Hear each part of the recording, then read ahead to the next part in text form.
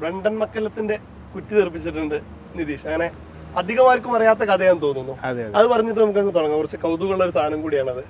അതെ, അത് നമ്മുടെ കൊച്ചി ഡസ്കേഴ്സ് ടീം ഉണ്ടായിരുന്ന സമയത്താണ്. അപ്പോൾ അവിടെ നെറ്റ്സിൽ ബോൾ ചെയ്യാനായിട്ട് പോയതാണ്.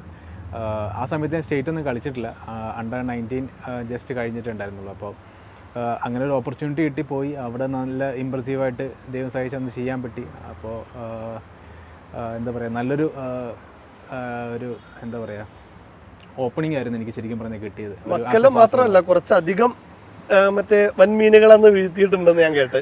അതെ അതെ, ആ സമയത്ത് നമ്മുടെ വി ലക്ഷ്മൺ സാറ് ടീമിലുണ്ടായിരുന്നു. പോരാ ജഡേജ, പിന്നെ കേദാർ ജാദവ്, പിന്നെ സ്റ്റീവ് ഒക്കിഫി എന്ന് പറഞ്ഞിട്ട് ഒരു പ്ലെയർ, ഓസ്ട്രേലിയൻ പ്ലെയർ, പിന്നെ ഒരു വേറൊരാൾ ബാലചന്ദ്ര അഖിൽ എന്ന് പറഞ്ഞിട്ട് കർണാടക പ്ലെയർ. അങ്ങനെ ഒരുപാട് നല്ല പ്ലേയേഴ്സ് ഉണ്ടായിരുന്നു. പാർത്ഥിവ് പട്ടേൽ. അങ്ങോട്ട് ആരാണ് എത്തിക്കുന്നത്?